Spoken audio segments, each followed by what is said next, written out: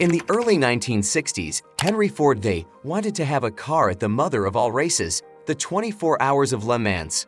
After a botched merger with Ferrari in the mid-60s, an outraged Ford decided to take out his frustrations by creating an American-made hypercar, the Ford GT40.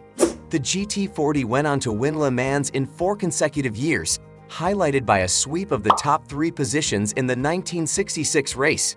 What came next was continued success for Ford Motor Company and the beginning of the American muscle car as we know it.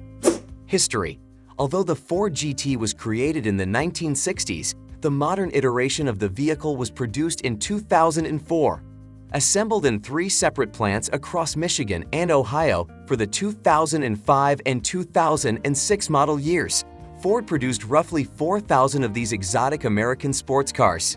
With a starting price of around $140,000, these cars were picked up by car lovers and speed demons around the world. The 2005 GT was powered by a 5.4-liter supercharged V8, which produced 550 horsepower and 500 pound-feet of torque. Although it never raced in the 24 Hours of Le Mans, it was a step in the right direction for Ford's endurance race future.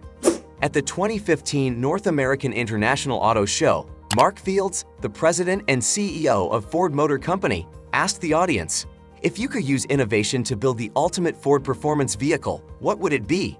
The answer to that question is the 2017 Ford GT.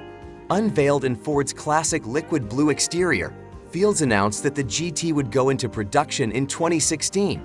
In June of 2015, Ford released a full press kit and produced a commercial for the GT.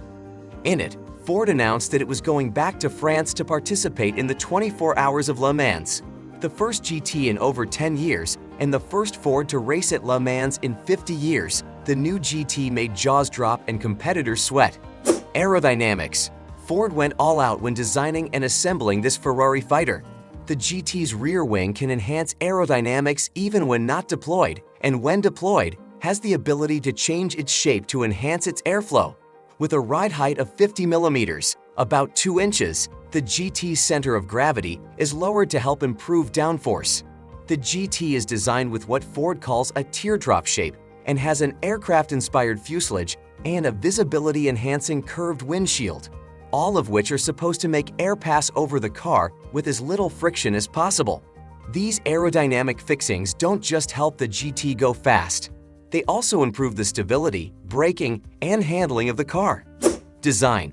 With a body made almost entirely of carbon fiber and aluminum, the 2017 Ford GT has a curb weight of just 2,890 pounds.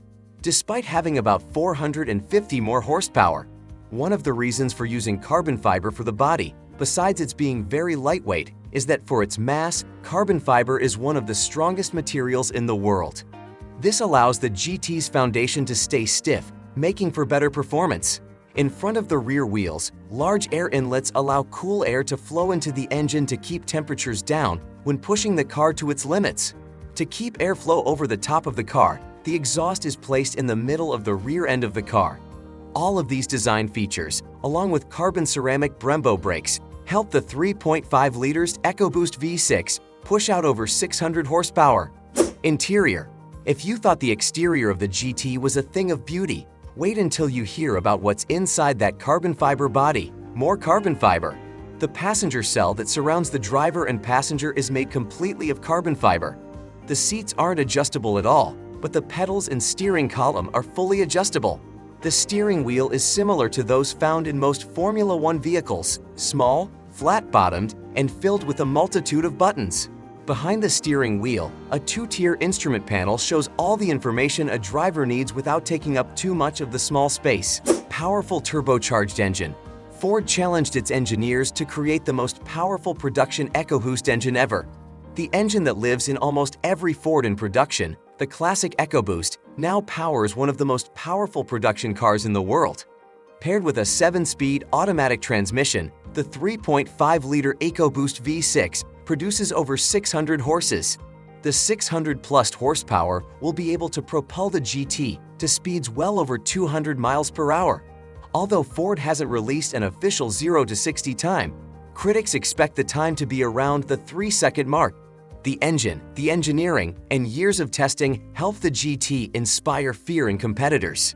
The GT debuted at the 24 Hours of Daytona, and while it didn't take home the checkered flag, it did have 2 top 10 finishes. Future for Ford. So what's next for the Ford GT? Well, the No. 66 GT will continue to race in the World Endurance Championship for the rest of the year, with the next race taking place at the historic Nürburgring complex. The rest of the team will make its way back to the US to continue in the WeatherTech Sports Car Championship. As for Ford as a company, they look to build off the success of their newest EcoBoost engine.